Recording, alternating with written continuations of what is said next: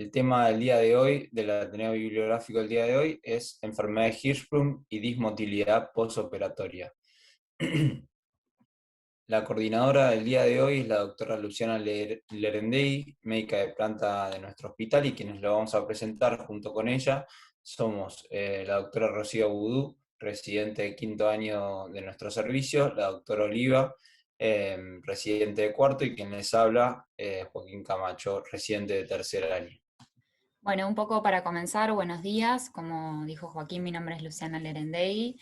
Estuvimos tratando de armar este Ateneo, y para elegir el tema de este Ateneo, un poco la motivación surgió desde dos perspectivas. Por un lado, un interés en esta patología y en tratar de seguir sacándole jugo a algunas cuestiones que en lo personal eh, pensamos que todavía hay mucho por trabajar o conocer, sobre todo en el aspecto funcional de cómo se comportan estos pacientes en el posoperatorio. Y por otro lado, también introducir un artículo de discusión de algo que por lo menos nuestro servicio está tratando también de incursionar y crecer, como es la ciencia por ahí experimental en laboratorio, en bioterio. Así que la idea del Ateneo es tratar de fusionar esos dos temas y poner sobre la mesa a la discusión lo que es la dismotilidad en pacientes con enfermedad de Hirschsprung. Si querés pasar a la siguiente. Un poco lo que decíamos es, hay una sensación cuando uno analiza los datos de los pacientes. En lo personal, cuando me tocó hacer el trabajo final integrador de la carrera, que a pesar de que uno va siguiendo los distintos pasos de un algoritmo, hay una serie de pacientes que en el seguimiento a largo plazo, una vez reconstruidos, una vez que se descarta lo mecánico, siguen presentando algunas alteraciones funcionales que no terminan de quedar en claro cuál es el origen causal, y un poco la idea es poner bajo la lupa esta temática, tanto desde lo que es la fisiopatogenia, como también que podamos llevarlo desde lo que es la experiencia quirúrgica en el manejo de estos pacientes. Como les comentaba, no vamos a hacer un caso disparador, porque en realidad no es un único paciente el que motiva este Ateneo, sino que es la serie de pacientes que hemos visto, por lo personal que he visto en estos años en el servicio, y un poco lo que hemos leído en la literatura, y elegimos como la particularidad de este artículo es que no es un artículo netamente quirúrgico. Si bien está publicado en una de las revistas principales de cirugía pediátrica, lo que elegimos hacer es un raconto desde la experiencia quirúrgica de lo que son el manejo de las complicaciones posoperatorias, ir siguiendo una serie de pasos que nos trasladen de lo que es la práctica profesional quirúrgica en el seguimiento del paciente hacia lo que es la experiencia en el laboratorio. Así que lo que ustedes van a ver en este Ateneo es la presentación de 3 artículos, los 2 primeros complementarios, que van desde un artículo netamente que habla del manejo de las complicaciones posoperatorias obstructivas. Luego los vamos a trasladar a un artículo en donde se habla puntualmente de dismotilidad clínica y su correlato histológico, y ya vamos a llegar hacia el final, hacia el artículo principal, en donde nos volcamos de lleno a tratar de conocer un poco más qué es lo que sabemos o nos falta por conocer de digamos, de la histología o de la fisiopatogenia de esta enfermedad. Así que bueno, los invitamos a compartir este camino por estos distintos pasos hasta llegar a nuestro artículo principal. Bien, el primer artículo complementario que vamos a presentar hoy, si querés pasar una más, se titula Guías para el manejo posoperatorio de los síntomas obstructivos en pacientes con enfermedad de Hirschsprung. Fue publicado en el Pediatric Surgery International en el 2017. Como introducción, lo que dice este artículo es que si bien no son la mayoría de los pacientes, sino que hay algunos niños que en el posoperatorio del pull-through presentan síntomas obstructivos, y el objetivo, la idea de esta guía es, lo que se propone es presentar la forma de manejo que para ellos fue ideal en el manejo de estos pacientes.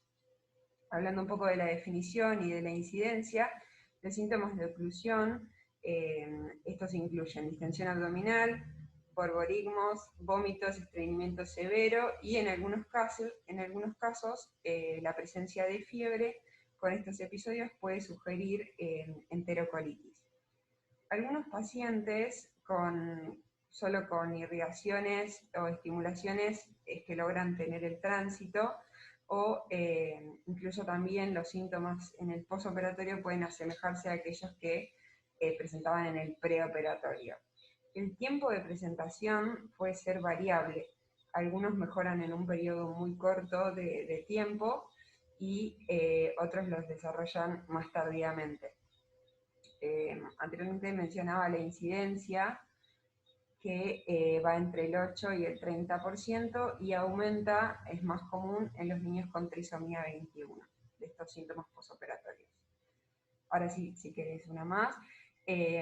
Acá esta tabla lo que muestra son las causas de estos síntomas obstructivos, que se dividen en 5, y empezando por la obstrucción mecánica, que esto puede deberse principalmente, o lo más frecuente, a una estenosis de la anastomosis.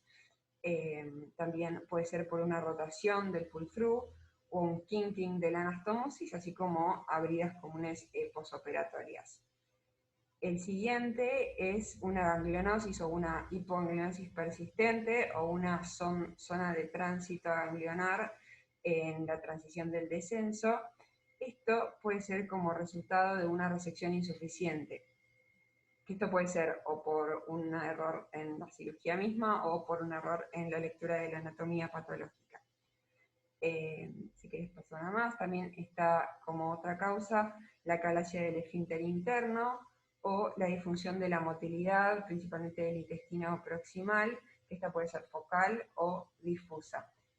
Y por último tenemos el megacolon funcional, que es causado por el hábito retenedor, que se origina, o sea, un origen puede ser en las molestias defecatorias, en la enfermedad de Hirschsprung, y que esto se ve aumentado por la falta de relajación del esfínter interno, y además porque a veces el uso de enema y dilataciones puede contribuir a molestias y consecuentemente a una retención.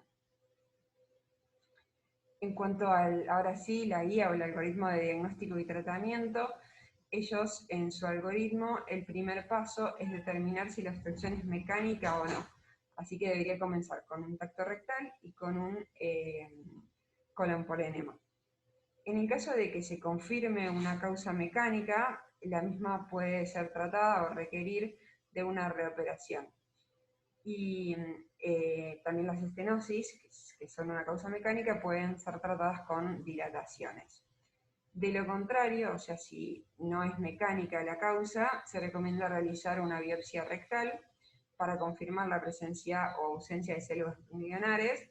Así también lo que recomendaban es una revisión de la biopsia y de la anatomía patológica intraquirúrgica, y si es necesario realizar 2 biopsias rectales. Si no hay obstrucción mecánica y la biopsia rectal es normal, se recomienda realizar una inyección de toxina botulínica. La misma se realiza en el esfínter anal externo, y esto resultaría útil, si queréis pasar una más, para lograr la relajación en la mayoría de los casos, que es causada por la acalasia esfinteriana.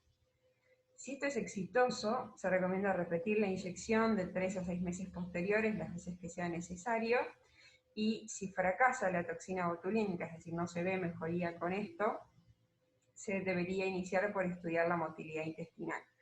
El primer paso o el primer estudio es un contraste con marcadores radiopacos, y si este es anormal, se recomienda realizar una manometría rectal. En los casos de que presenten una dilatación difusa, por ejemplo una dilatación intestinal, una opción podría ser realizar una ostomía desfuncionalizante. Y en aquellos casos con dismotilidad de tipo generalizada, se recomienda bowel management o incluso enemas anterogradados, por ejemplo a través de un malón. Y si es focal, ahí sí ya necesitaría una reoperación para una resección colónica. Bien, a continuación haremos un breve repaso embriológico acerca de la enfermedad de Hirschsprung. Es sabido, digamos, por todos que las células ganglionarias intestinales derivan de la cresta neural, y que en la semana 13 de gestación las células de la cresta neural han migrado a través del tracto gastrointestinal de proximal a distal, diferenciándose en células ganglionares maduras. Pero en la enfermedad de Hirschsprung este proceso de migración se altera debido a que las células ganglionares están ausentes en la zona distal del intestino, y en principio se dice que existen dos teorías. La primera, que habla de que las células de la cresta neural nunca alcanzan a la zona distal del intestino, ya que maduran antes o se diferencian en células ganglionares precozmente. Y una segunda teoría que lo que asevera es que las células ganglionares llegan a su destino, pero no sobreviven o proliferan debido a un microambiente inhóspito. La realidad es que la enfermedad de Hirschsprung es una condición heterogénea con múltiples causas genéticas y mecanismos etiológicos que se respalda al encontrarse, digamos, en el estudio de la misma, mutaciones genéticas como la del protoncogen RET, que codifica para neuroturbina y factor neurotrófico derivado de las células gliales. Es de herencia familiar, ya que este protoncogen se encontró por primera vez en familias menonitas, y también está asociado esta enfermedad a otros digamos, síndromes como trisomía 21, o incluso en neurofibromatosis y neuroblastoma. Pasando a comentar el segundo artículo complementario, que nos habla un poco de la dismotilidad posoperatoria. Este artículo, como les digo, se publicó en el Journal of Pediatric Surgery en el 2008, y habla un poco de la dismotilidad intestinal en pacientes postquirúrgicos de Hirschsprung y la importancia potencial de las anomalías de las células intersticiales de Cajal y el sistema nervioso entérico. Un poquito para ponernos en tema, la contractilidad intestinal, como pueden ver en la imagen de la izquierda, está dada por el sistema nervioso autónomo que conecta con el sistema nervioso entérico, compuesto por el plexo mientérico de Auerbach y el plexo submucoso de Meissner.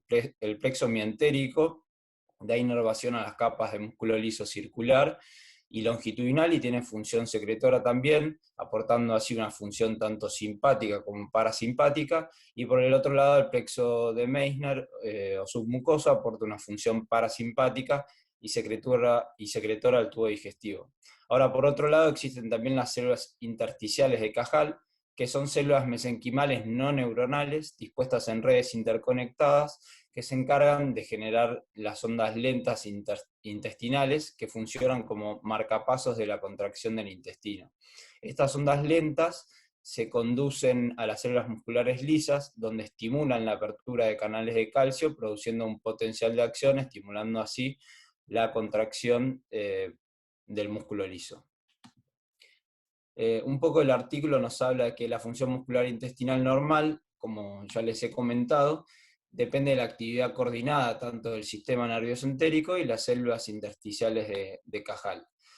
Menciona que las células intersticiales de Cajal presentan un receptor de la membrana tirosinquinasa denominado c-KIT, y que la inmunistoquímica anti-c-KIT es el método más confiable en la anatomía patológica para visualizar estas células intersticiales bajo el microscopio.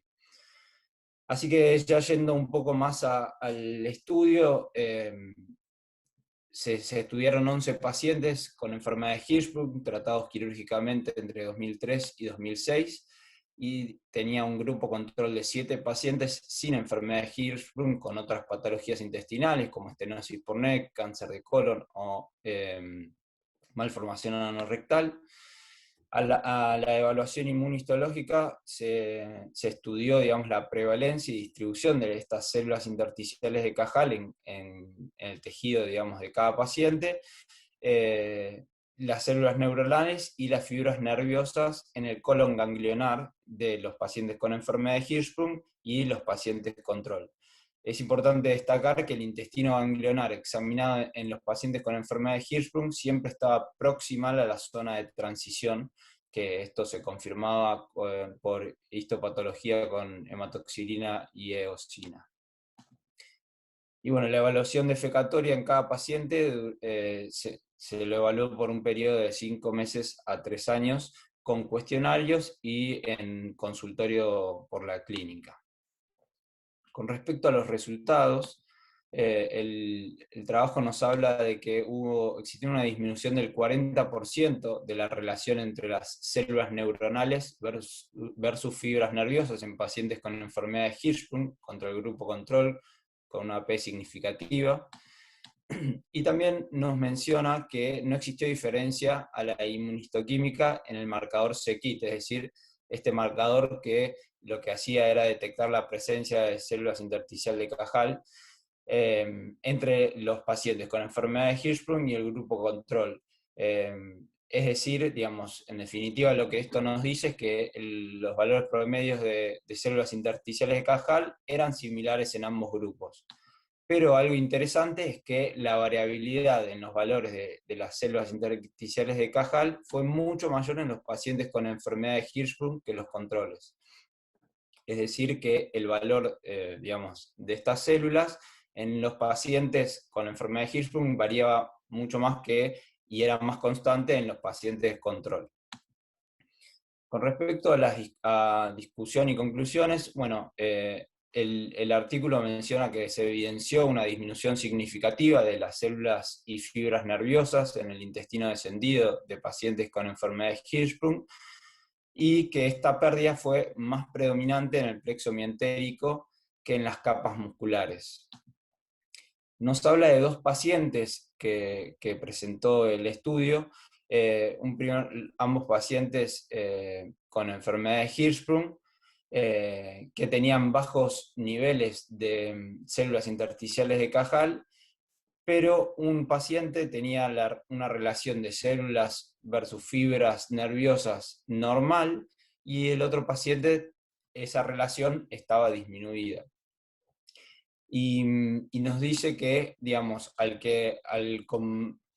paciente que tenía peor clínica y peor resultado postquirúrgico fue el paciente con una mala relación entre el valor de células intersticiales de Cajal y las células, la relación células versus fibras nerviosas. Esto nos da la pauta de algunas conclusiones, en principio que se requiere de un equilibrio crítico entre las redes de células intersticiales y la inervación entérica para lograr una motilidad intestinal normal, y que por sí solas ni la prevalencia de células de la relación células-fibras nerviosas, ni tampoco la densidad de células intersticiales de Cajal pueden predecir un resultado clínico desfavorable. Bien, el artículo principal a discutir el día de hoy se titula La neuropatía panentérica y la dismotilidad están presentes en un modelo animal de enfermedad de Hirschsprung de segmento corto y podrían contribuir a la morbilidad post-pull-through o post-descenso. Este fue publicado en abril del año pasado en el Journal of Pediatric Surgery. Bueno, como introducción y más o menos comentando los materiales y métodos, hay modelos de ratón de enfermedad de Hirschsprung que han confirmado la presencia de anomalías intestinales ganglionares que, por ejemplo, poseen una densidad neuronal disminuida a lo largo del intestino o neuronas, digamos, o ganglios de menor tamaño. En este estudio lo que se utilizó fue un grupo control sin enfermedad de Hirschsprung y un grupo con enfermedad de Hirschsprung de segmento corto. Se utilizaron todos de ratones o animales de 3 meses de edad, una hembra y un macho siempre en igual proporción para disminuir ese sesgo, y se realizaron diferentes estudios. En cuanto a la inmunistoquímica, se realizó en el colon proximal, en el intestino delgado y en el estómago, utilizando antianticuerpos tanto de conejo como de humano. La medición de la motilidad intestinal y colónica, tanto como la de la velocidad intestinal y la de la velocidad gástrico, se realizaron las tres con el mismo comienzo, digamos. Se introducía mediante una sonda nasogástrica al estómago una tinción de rojo carmina por gavage posterior a 2 horas de ayuno de los animales, y luego de 20 minutos se los sacrificaba. Para la medición de la motilidad intestinal y colónica, lo que se hacía es ex vivo, digamos, una vez extraído el colon y 6 centímetros de intestino delgado, se realizaba la grabación del movimiento intestinal durante 30 minutos. Y luego, a través de un software, se realizaba una traducción de esta imagen a una frecuencia, amplitud y temporalidad. Para la medición del vaciado intestinal, lo que hacían era medir la longitud que el contraste había transitado hasta el momento de la resección o de la disección del cuerpo del animal.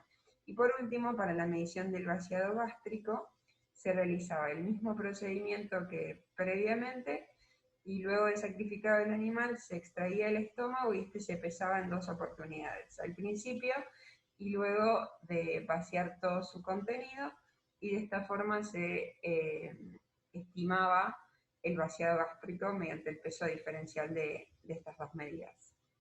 Con respecto a los resultados, se analizaron la arquitectura y la función del sistema nervioso entérico del intestino ganglionar en estos ratones que mencionó Agustina, que presentan enfermedad de Hirschsprung, haciendo hincapié en 3 regiones, lo que es el colon proximal al área ganglionar, el intestino distal y el estómago.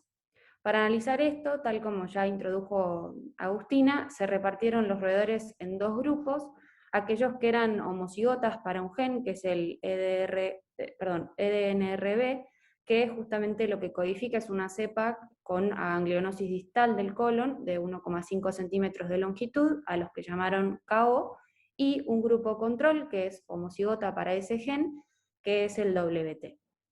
Tal como también mencionó Agustina, estos roedores tienen 3 semanas de vida, dado que a las 4 semanas tienden a desarrollar enterocolitis. Y para caracterizar esa estructura del sistema nervioso entérico, lo que hicieron fue inmunomarcar los tejidos con 2 marcadores, que son marcadores neuronales, o también HU, o marcadores de las células gliales, que es el nestin. Esto, digamos, tal como se ve en la imagen de la derecha, digamos, lo que hace es justamente inmunomarcar el tejido y codificarlo en colores. Con respecto a los resultados, se vio que el número de células a nivel del colon, de células ganglionares, perdón, fue similar en los 2 grupos, pero que en el grupo KO fueron un 56% más pequeñas en cuanto a su tamaño. Por otro lado, también en lo que es el colon, la densidad neuronal entérica fue 36% menor en el grupo KO, o sea, en los que tienen enfermedad de Hirschsprung, pero sin embargo no es un valor, digamos, significativo. Por otro lado, tanto en el colon como en el intestino delgado, la densidad de las fibras neuronales fue significativamente menor en este mismo grupo con enfermedad de Hirschsprung. Sin embargo, la densidad de empaquetamiento, que lo que refleja es el número de cuerpos neuronales por ganglio mientérico, fue similar en los 2 grupos. Y a nivel del intestino delgado, los ratones KO tuvieron una densidad de células ganglionares menor. Esto se ve representado en las distintas imágenes, tanto a la derecha como a la izquierda, donde se ve que el grupo KO, digamos a simple vista, tiene menor, digamos, cantidad de células marcadas respecto al grupo WT. Por otro lado, la funcionalidad del colon, tal como también algo introdujo Agustina, se evaluó a partir de un mapeo temporoespacial para examinar justamente el complejo motor migrante. Lo que hacían era, a través de un video de unos 30 minutos de duración, determinar cuál era o cómo era el cambio del diámetro intestinal como medida de la contractilidad. Lo que se ve tal como, se ve en la imagen de la izquierda, este patrón fue marcadamente menor o prácticamente inexistente en el colon proximal de la cepa KO. En ese justamente esquema que ya mencioné, en la imagen de la izquierda vemos distintas flechas que justamente lo que hacen es marcar el complejo motor migrante, que se ve que está completamente ausente en la imagen de la derecha. Por otro lado, no se observaron diferencias entre los 2 grupos en cuanto a la frecuencia y lo que es la amplitud máxima a nivel del intestino delgado, y a pesar de que no hubieron diferencias en el tránsito intestinal a los 20 minutos, sí se observó que a los 40 minutos estaba significativamente demorado en el 17%, en un 17%, perdón, en el grupo KO. Por otro lado, con respecto a lo que es el estómago, el plexo mientérico de preparaciones del estómago también fue inmunomarcado, con este caso con otros dos marcadores, o sea, el HU, que fue el que usaron antes, y el TUC1, y lo que se vio es que la densidad de los cuerpos neuronales y las fibras fue similar, que la densidad del empaquetamiento en este caso fue mayor en los estómagos de la cepa con Hirschsprung, y que el vaciamiento gástrico en este mismo grupo se observó que el vaciamiento es significativamente más rápido que el grupo control. Con respecto a la discusión, sabemos que la resección del segmento ganglionar es vital para los pacientes con enfermedad de Hirschsprung, pero que sin embargo los estudios de seguimiento demuestran que en algunos casos continúan sufriendo a largo plazo anormalidades intestinales funcionales luego del descenso. La manometría justamente y los estudios por imágenes han sugerido que la presencia de alteraciones en la contractilidad y en el tránsito gastrointestinal en pacientes con Hirschsprung, tanto digamos, en lo referente al esófago, el estómago, el duodeno y el colon. Esto justamente sugiere que estas anomalías del sistema nervioso entérico podrían extenderse más allá de ese segmento ganglionar y de la zona de transición. Y esto obviamente tiene implicancias en cómo evaluamos y tratamos a estos pacientes y sus comorbilidades gastrointestinales posterior al descenso. Además mencionan que mientras la zona de transición proximal al segmento ganglionar es sabido que obviamente está asociada a poca motilidad, los autores encontraron una ausencia completa de este complejo motor migrante en lo que es el colon proximal en los ratones con enfermedad de Hirschsprung, por encima de ese segmento de transición. La falta justamente de este complejo motor migrante en el modelo animal se correlacionó con anomalías estructurales del sistema nervioso autónomo, incluyendo células ganglionares que eran más pequeñas y de menor densidad de fibras neuronales. Y estos hallazgos sugieren justamente que la enfermedad de Hirschsprung podría estar asociada a alteraciones de la estructura y la función de este sistema nervioso entérico, tanto del colon alejado como de la zona ganglionar, región que habitualmente se presume justamente como normal. Por otro lado, dado que muchos pacientes de enfermedad de Hirschsprung sufren de constipación crónica y síntomas obstructivos luego de la cirugía del descenso, sería importante entender cómo estos cambios justamente de la morfología del sistema nervioso entérico afectarían esa función. Muchas veces estos síntomas de obstrucción persistente podrían deberse en parte a una disfunción posoperatoria del esfínter, pero los resultados de este estudio sugieren que estas anomalías neuronales podrían contribuir a esos síntomas y a la constipación. Se han identificado justamente, como ya mencioné, células ganglionares de menor tamaño en el colon proximal y una menor cantidad de las mismas células en intestino distal, ambas, digamos, consistentes con una hipoganglionosis. También dijeron justamente que encontraron anomalías estructurales y funcionales de este sistema nervioso entérico, extendiéndose al estómago con un vaciamiento gástrico acelerado. Este vaciamiento gástrico se describió en los pacientes de Hirschsprung como enlentecido o acelerado, dependiendo justamente de cada paciente, y esto, digamos, los autores especulan que se debería a mutaciones específicas en la enfermedad de Hirschsprung y anomalías justamente de este sistema nervioso entérico que podrían predisponer tanto un vaciamiento gástrico enlentecido como acelerado. Finalmente, bueno, digamos, concluyen en que son necesarios más trabajos para determinar si estas alteraciones estructurales y o también funcionales del tracto gastrointestinal superior son una característica general de la patología, digamos, de la enfermedad de Hirschsprung en general, y que para lograr entender su etiología e implicancias sería justamente necesario más trabajos. Como conclusión, entonces, definen que la enfermedad de Hirschsprung engloba más que la ganglionosis del colon distal, que la evidencia sugiere que esta enfermedad podría representar una enfermedad pangastrointestinal con consecuencias tanto funcionales como estructurales, que podría extenderse desde el esófago hasta el colon. Pero, como ya mencioné anteriormente, se necesitan más estudios para determinar si estas anormalidades son específicas de los pacientes con enfermedad de Hirschsprung con una mutación de este gen EDNRB, o si es una característica de todos los casos de enfermedad de Hirschsprung. Bueno, con respecto, digamos, al checklist que hacemos habitualmente en los Ateneos, el título del artículo, perdón, es acorde al tema de estudio, fue publicado en una plataforma validada. Lo que buscamos leyendo este artículo es conocer sobre métodos diagnósticos, sobre la clínica, el curso y el pronóstico de la patología. Se trata de un estudio experimental en un modelo animal con un grupo control, y los resultados fueron significativos, bueno, en algunos casos sí y en otros no. Bueno, ahora la dejo a la doctora Lerendegui para que haga los comentarios finales.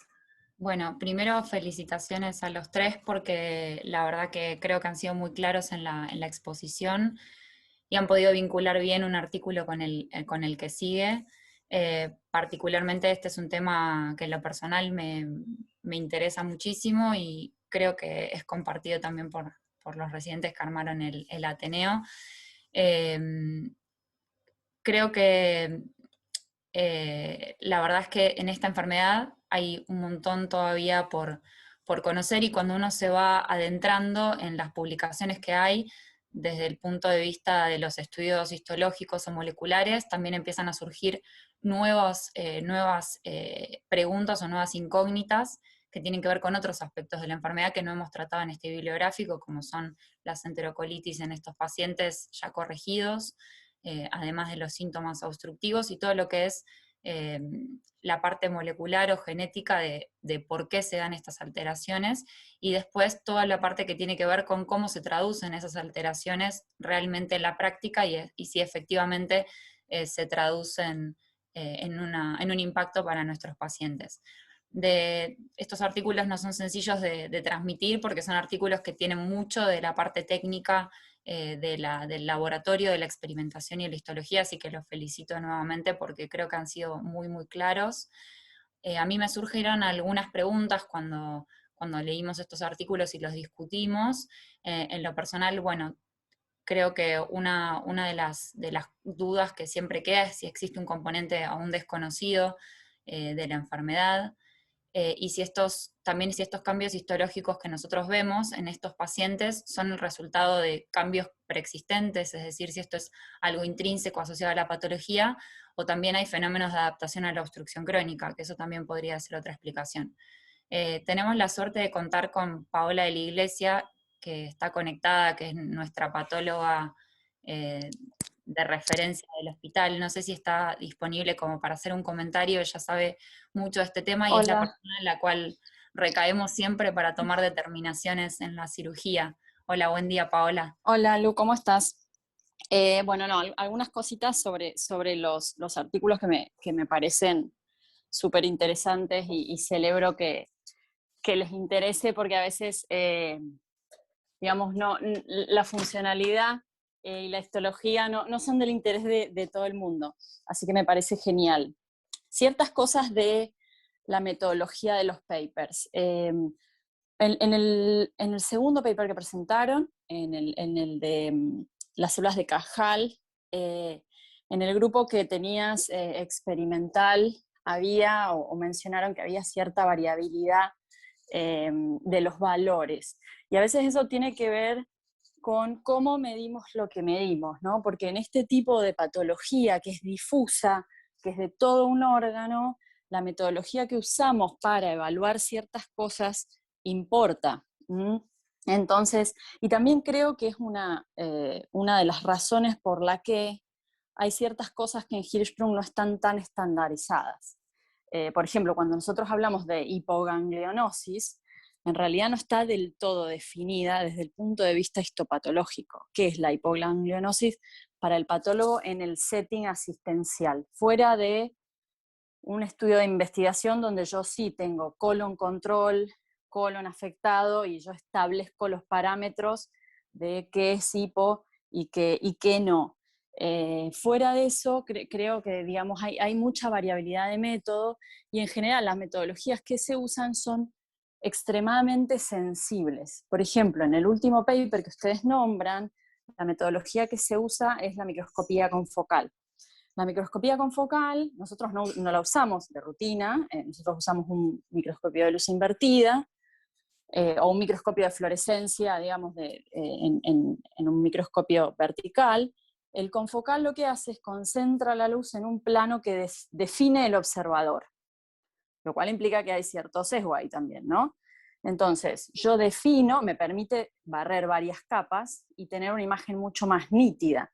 Cuando vos tenés una imagen de fluorescencia en un microscopio convencional, la luz irradia por igual a todo el tejido que vos abarcás. Cuando vos usás microscopía confocal, elegís dónde va la luz y eso te permite capturar una imagen que es mucho, mucho más sensible. Es tremendamente laborioso y aún así hay ciertas variables que ellos evaluaron en las que no encuentran diferencias. Simplemente como para hacerles notar la complejidad de estudiar este tipo de pacientes que tienen anomalías morfológicas leves y más funcionales tal vez que morfológicas, es realmente un desafío y eso a veces no se traduce completamente en la clínica e incluso no siempre es reproducible entre grupos, porque hay mucho sesgo observador, más allá de que de que cada vez más hay más trabajos con análisis de imágenes que en el fondo, bueno, objetivan un poco mejor. Pero en general los análisis de imagen en este tipo de patología son de capturas de imágenes y no de escáner donde yo analizo todo un fragmento de tejido como si fuera una tomografía, ¿no? Lo meto en un escáner de tejido, que eso se puede hacer, y evalúo todo. Esto es como más puntual. Yo elijo 2 o 3 campos, creo que eran 3 imágenes que capturaban, por lo que leí en el paper, y de eso analizan con el ImageJ, que es un software libre de análisis de imagen que está bastante bueno, y digamos, de ahí sacan los valores. Es difícil reproducir eso después cuando vos querés ir a otro grupo y que te dé exactamente lo mismo, porque los cambios son bastante sutiles. Y creo que eso explica un montón de las dificultades que hay en lo asistencial. La verdad es que el Hirschsprung es una patología que al patólogo nunca lo deja tranquilo. Siempre es como que uno lo diagnostica, pero con cierto, por lo menos a mí, cierto como fondo de duda de qué tan seguros estamos, a pesar de que para el diagnóstico hacemos 50 cortes consecutivos de un fragmento de 0,3 centímetros, o sea, es una biopsia por succión chiquitita, y en el mapeo intestinal a veces, en el quirófano y después, es realmente dificultoso, porque hay definiciones clínicas escasas, ¿no? De, bueno, ¿qué es una célula normal? Uno de los papers habla de que hay como mayor cantidad de células ganglionares o que las células ganglionares son más grandes en el segmento inmediatamente posterior a la transición. Bueno, eso, por ejemplo, en la patología clínica no está definido. Está definido que si al menos tiene el doble del citoplasma, listo, eso es una célula ganglionar. Ahora, si tiene el triple, bueno, es una célula ganglionar normal, a los fines prácticos. Entonces creo que hay ciertas definiciones que en la clínica faltan, que después dificultan las respuestas que uno puede dar, porque en el fondo las impregna un poco de cierta subjetividad que está más relacionada con la experiencia que con la evidencia. Así que bueno, me encanta que hayan presentado un paper así, tan árido. Bueno, muchísimas gracias, Paola, como siempre, por tus comentarios y que la verdad que suman un montón porque sabemos que tenés mucha experiencia en este tema y como comentaba, sos la persona que tomamos de referencia a la hora de tomar determinaciones. Me gustaría también, además de estas preguntas y por ahí este gap que hicimos para hablar específicamente de lo histológico, si querés pasar una más, creo que a punto de partida de este artículo, un poco me gustaría conocer dentro, digamos, del auditorio tenemos gente con mucha experiencia y sin lugar a duda creo que esto que es un tema de interés para nosotros tiene que ser también un motivador para discutir experiencia clínica con estos pacientes. Un poco lo que me gustaría conocer son sus comentarios con respecto a la experiencia en el manejo de estos pacientes. Sin dudas, como cirujanos, nuestro principal objetivo es ir a resolver la obstrucción. Resolvemos la obstrucción, nos aseguramos de que el descenso sea correcto, nos aseguramos de que el margen de resección sea correcto, nos aseguramos de que no haya vicios de rotación, no haya estenosis. descartamos la parte mecánica y mi pregunta es si realmente esto termina de solucionar el problema o si a largo plazo continuamos viendo presencia de síntomas en estos pacientes y en ese caso, ¿qué estrategia resultaría mejor? Hay gente en la audiencia con mucha experiencia, no sé si me gustaría muchísimo escuchar los comentarios quizás del doctor Puideval, que sabemos que tiene una serie de pacientes extensa y que lo ha seguido durante mucho tiempo en forma minuciosa. No sé, Doc, si puede comentar un poquito su experiencia con estos pacientes, creo que nos podría enriquecer muchísimo con sus conocimientos. Digamos, felicito por traer el tema, no por la minucia histológica y la parte de investigación que le toca a gente joven, pero que actualiza un problema que es muy preocupante lo que nos está pasando. Muy preocupante, porque yo creo que en Hirschsprung todavía, si bien Swenson describe su operación en 1948, no todo el mundo hace Swenson. Por eso puse en el chat, recomendar un trabajo de Swenson del 2004, en el cual él habla de 53 años de experiencia en Hirschsprung y critica el abordaje inicial del pull-through. Tanto el suave, o que ahora pones de Jorgensen, o tanto el Duhamel, no son operaciones para Hirschsprung. Son operaciones ni para Hirschsprung, mitad. Porque dejamos un segmento de intestino patológico en lo que queremos resolver. Es como que en un tumor sacamos la mitad del tumor nomás. Y pretendemos que con eso solucionar el problema. No. Entonces vale la pena leerlo, porque yo creo que el problema de muchos de estos pacientes se basa en un abordaje inicial incorrecto. Y es algo que la gente que encara esta patología ahora tiene que tomarlo muy seriamente para mejorar eso. Por supuesto, el segundo trabajo me pareció excelente, la forma que marcaron las posibilidades de complicaciones en el tratamiento de la enfermedad de Hirschsprung. Está muy bien detallado, sobre todo en el postoperatorio. Y es lo que tenemos que hacer, ninguna duda al respecto. Por supuesto, antes del entusiasmo de la toxina botulínica, lo que hacemos en los enfermos era la memectomía rectal. La rebiopsia con memectomía rectal, lo llaman la aparición del LIN, porque fue el LIN que la primera lo insinuó, eso debilita la calacia del esfínter interno y facilita las evacuaciones. Por supuesto, todo el mundo sabe que cuando hay una resistencia anal importante, se hace un megarrecto, y ese megarrecto hace más insuficiente la evacuación, y esa evacuación lleva a una incontinencia paradojal y lleva a un peor de constipación. Pero bueno, estas son cosas que yo les recomiendo que si ustedes quieren tener éxito en esto, enfóquense en bien un diagnóstico correcto, inicial, y por otro lado, mediten un poco lo que es el pulso de Swenson. Lo que dice Swenson de trabajo me parece excelente como observación. Les recomiendo leerlo sin ninguna duda.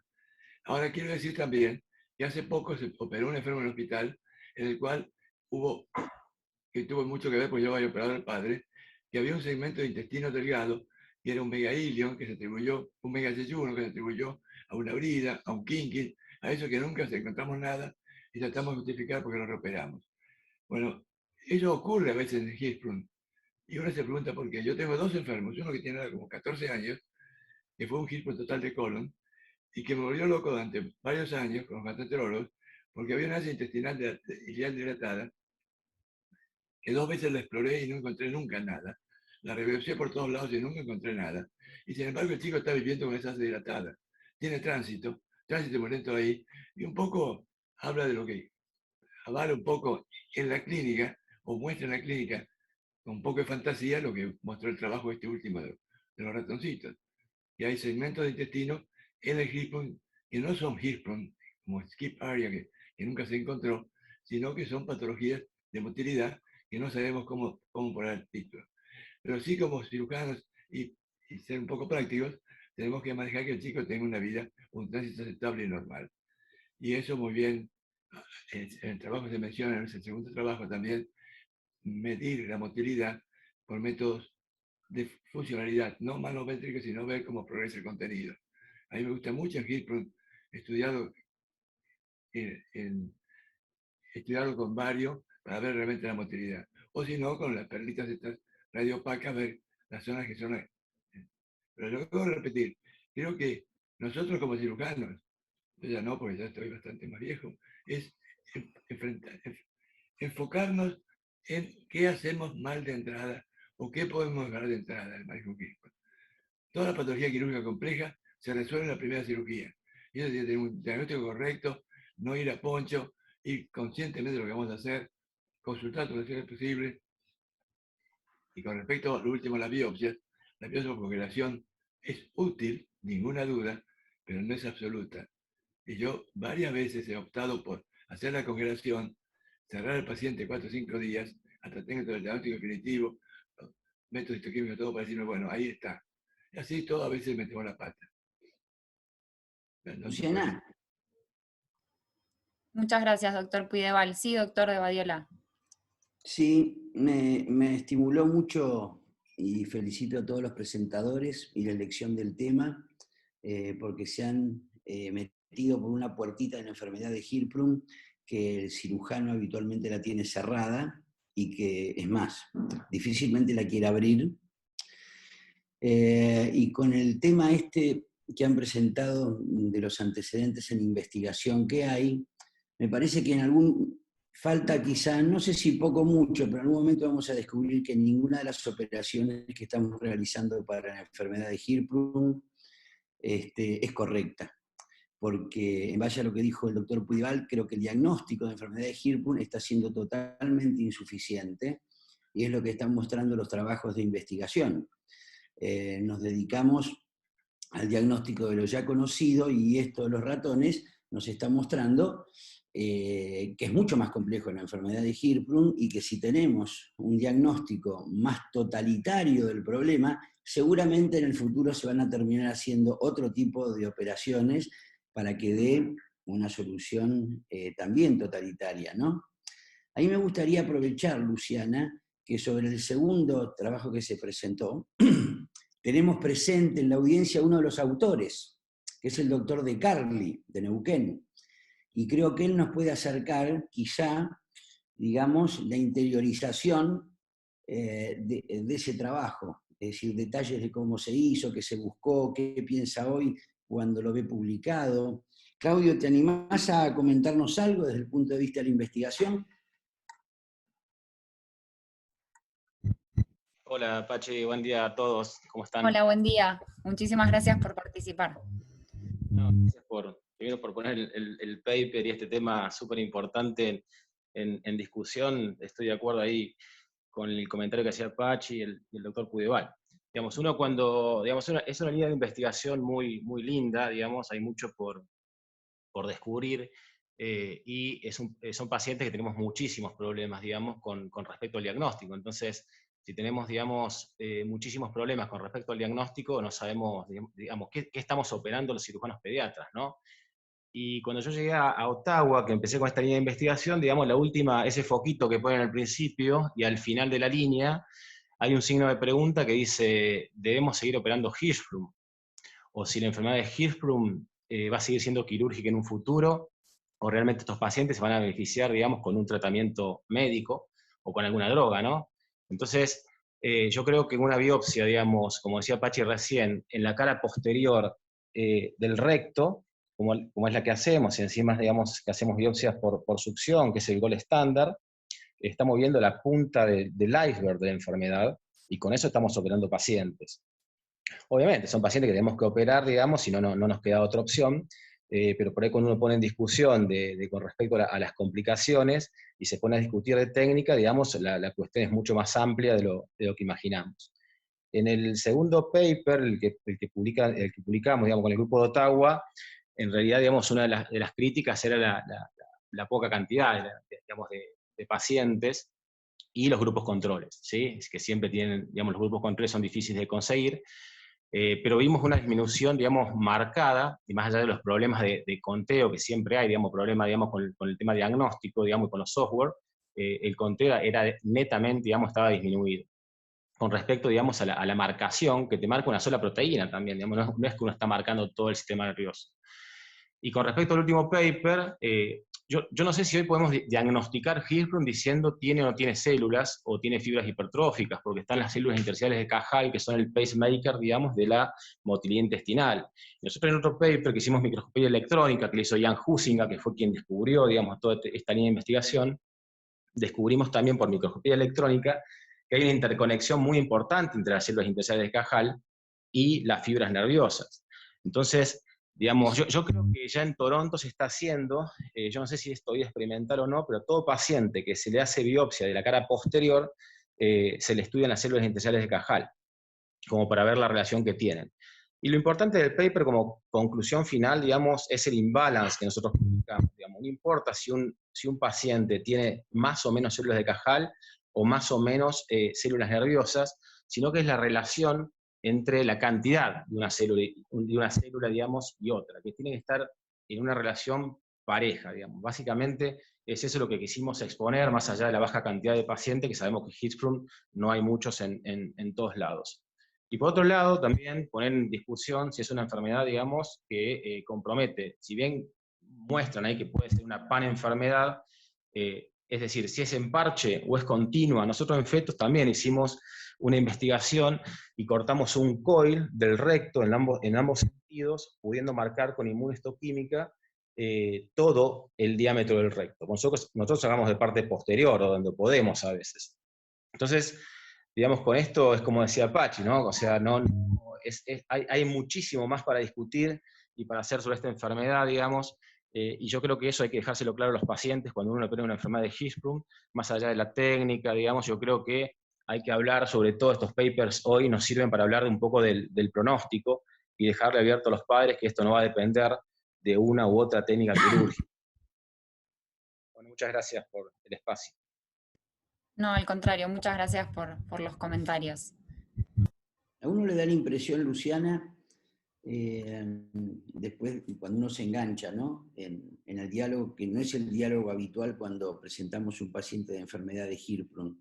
Las células de Cajal están muy lejos de ser nombradas cuando uno habla de estos pacientes. Pero uno a mí me llega a pensar que uno está tratando y operando las complicaciones de una enfermedad de Hirschsprung y no la enfermedad de Hirschsprung, por ejemplo. Las complicaciones en un paciente virgen estoy hablando. Uno cuando opera un Hirschsprung me da la impresión como que lo que le está tratando es la complicación de un problema que tiene, pero no el problema que tiene. Pachi, ¿puedo hacer una pregunta? Sí. Sí. Otro tema muy, muy amplio también es el tema de las biopsias, digamos, por congelación, porque digamos, el grupo del AIPE, que en aquella época Yamatak, en el 2008, también había publicado que había que descender todos los Hirschsprung con biopsia por congelación. Yo en ese sentido, digamos, estoy muy de acuerdo con el doctor Pudeval. Yo creo que hay que hacer en estos pacientes colostomía o manejarlos por enema, digamos, de acuerdo a la situación y digamos que uno se encuentre con el paciente. Pero hay que tener mucho cuidado con el descenso de los pacientes con biopsia por congelación. Mucho cuidado con eso, digamos, porque en realidad nosotros hemos estado dos años viendo el microscopio, no soy patólogo, pero cuando uno ve, digamos, un HNI en una congelación, es completamente diferente verlo en un diferido. Bueno, si está la patóloga todavía Era para ella, si ella aconseja realmente, digamos, esperar un diferido, o se arriesgaría, digamos, a hacer una confirmación histológica como para descender un paciente por congelación. Antes que la patóloga diga algo, quiero decir que yo diría que el diferido es tremendamente importante para un descenso, no para una colostomía. La colostomía, aunque esté en zona ganglionar, igual funciona muchas veces. Mientras que un descenso implica una reoperación que ya los resultados no son tan exitosos como en una sola operación. El punto es ese, Claudio, ¿no? Hablo de los pacientes que no tienen colostomía, que los manejamos por enema. Está bien. O sea, usted le hacen biopsias, digamos, endo, esperan digamos, el diferido o lo descienden. Yo espero el diferido, yo no manejo con enemas. Yo viví la época en la cual los pacientes se morían con enterocolitis. En el proceso de enema para mejorarlo. Sé que hay mucha gente que lo sigue haciendo así y tiene resultados. Lamentablemente, esporádicamente encontrarse un caso que no le fue tan bien.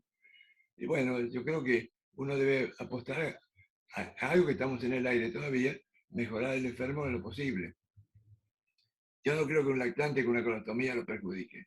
Y además me aseguro un manejo mejor del chico, un manejo mejor del chico con la familia, y después la adolescencia una edad adecuada. Es mi forma de pensar, no pretendo que todas sigan. Lo que sí es que yo creo que en este momento me encantó la presentación del trabajo porque abre una puerta para un grupo de gente que va a trabajar en esto. Pero el drama que yo veo en lo que nos está pasando a nosotros, y lo vi el sábado en la reunión que tiene Uruguaya, que hay una carencia absoluta de clínica quirúrgica, clínica médica, de diagnóstico médico en el cirujano. Se discute mucho de cómo hacer algo cuando no sabemos a quién le tenemos que hacer algo. Y no discutimos qué es ese algo. Y bueno, esto es lo mismo. Creo que el HIPROM inicial, que estuvo muy claro, se va complicando porque aparecen los casos distintos. Tenemos que trabajar clínicamente en eso.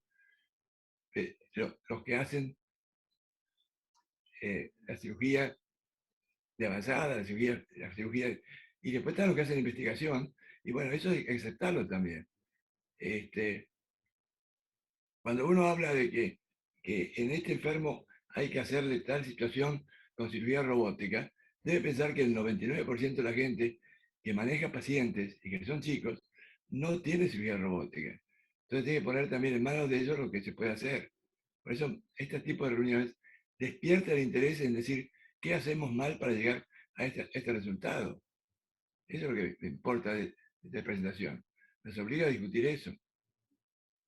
Sí, coincido con lo que dice el doctor Puyol. Me parece que el objetivo siempre de esto es replantearse un poco cómo se está manejando la patología. La doctora Paula de la Iglesia se tuvo que desconectar, creo. No sé, el doctor Lobos había levantado la mano para hacer un comentario. No sé si quiere retomar eso, Doc. Gracias, muy buen día. Estoy súper interesado escuchando la discusión. Y la verdad es que cuando uno lee estos trabajos y cuando escucha todo esto, se queda con una sensación de desasosiego, ¿no? En cuanto a que pareciera que cada vez sabemos menos. Yo me acuerdo de haber leído los primeros trabajos de Prem Puri cuando hablaba de las neuropatías intestinales y demás, ¿no? Y cuando Luciana me contaba que iban a hablar de este tema, mi sensación es de descreer, digamos, de todo este tipo de estudios y demás, porque la verdad es que nunca se ha podido lograr una correlación entre lo que se investiga y lo que pasa en la clínica. Y me parece que esto tiene que ver con la dificultad en la patología. O sea, ¿cómo podemos saber que la foto que sacamos histológica de las muestras que tenemos histológicas de los pacientes son porque el problema original es lo que estamos viendo el problema original, o como decía Luciana cuando analizaba al principio, o estamos viendo una consecuencia de un intestino que está anormalmente sometido a una condición obstructiva?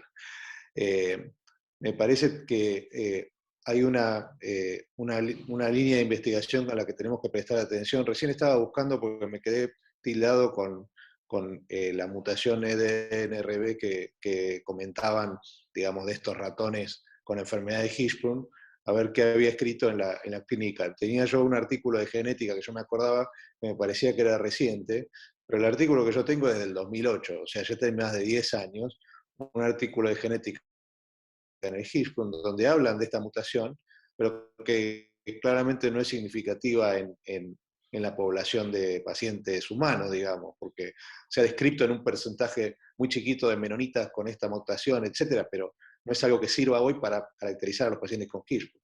Estoy seguro que con los avances que tuvo la genética en los últimos 10 años, es probable que uno pueda en el futuro caracterizar desde el punto de vista molecular mejor a los pacientes, como para poder tratar de tener algo más de información que nos permita diferenciar las distintas poblaciones de pacientes. Y lo último que quiero decir es que me parece que también mirando la historia, yo no tengo la experiencia del doctor Puydevall, que estuvo con Swenson además, pero sí pude ver un poco de la historia de Hirschsprung cuando se operaban estos pacientes que no existía la laparoscopía, y cuando discutíamos, la guerra era entre Soave y Duhamel, y la verdad es que me da la impresión de que en el pasado la preocupación era la incontinencia, o sea, los cambios técnicos que se hicieron en las distintas técnicas fueron para tratar de evitar la incontinencia fecal. Y lo que estamos viendo hoy me da la impresión de que los pacientes que hemos visto complicados en los últimos años tienen más que ver con fenómenos obstructivos postquirúrgicos donde se juntan fenómenos funcionales que aparecen incluso a veces tardíamente, y por ahí vemos menos problemas de incontinencia. Entonces, probablemente la mejor solución técnica está en el medio. Yo recuerdo haber hecho suave clásico en la residencia y paulatinamente hemos ido reduciendo cada vez más la longitud del manguito rectal, porque uno tiene la sensación de que eso tiene que ver con la obstrucción postquirúrgica. Y hoy estamos haciendo una operación, como decía Puyval, el último paciente que mostramos, cada vez más parecida a la operación de Soenzo.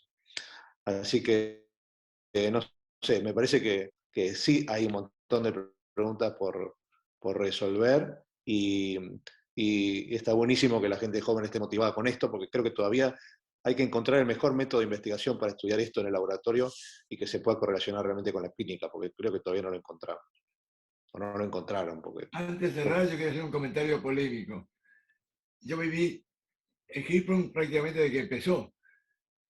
En que empezó la cirugía de Soenzo en el 48, yo estuve con Soenzo en el 59-60, y estamos acá. Yo creo que, si vos me preguntás qué mejoró en ese tiempo, sin ninguna duda mejoró desde el punto de vista diagnóstico. Los Hirschsprung que yo he visto en los últimos 15 años, 90% son recién nacidos de primer mes de vida. Cuando la experiencia inicial de la década del 60 eran chicos de 1 o 2 años, desnutridos, panzones y con una vía crucis tremendo sobre lactante. Pero creo que lo que empeoró o lo que tuvo un bajón y que no apuntó a mejorar fue el tratamiento quirúrgico de Hirschsprung. Fue deteriorando. Cada vez fuimos haciendo cosas que para mí fueron peores. Y eso hay que poner un punto en eso. Bueno, es tarde. Hablé demasiado, Pachi. Como anécdota, cuando yo tuve la oportunidad de trabajar en Misiones, cada vez que aparecía una atresia de intestino con una clava importante, yo mandaba patología diciendo que eran biopsias de Hirschsprung.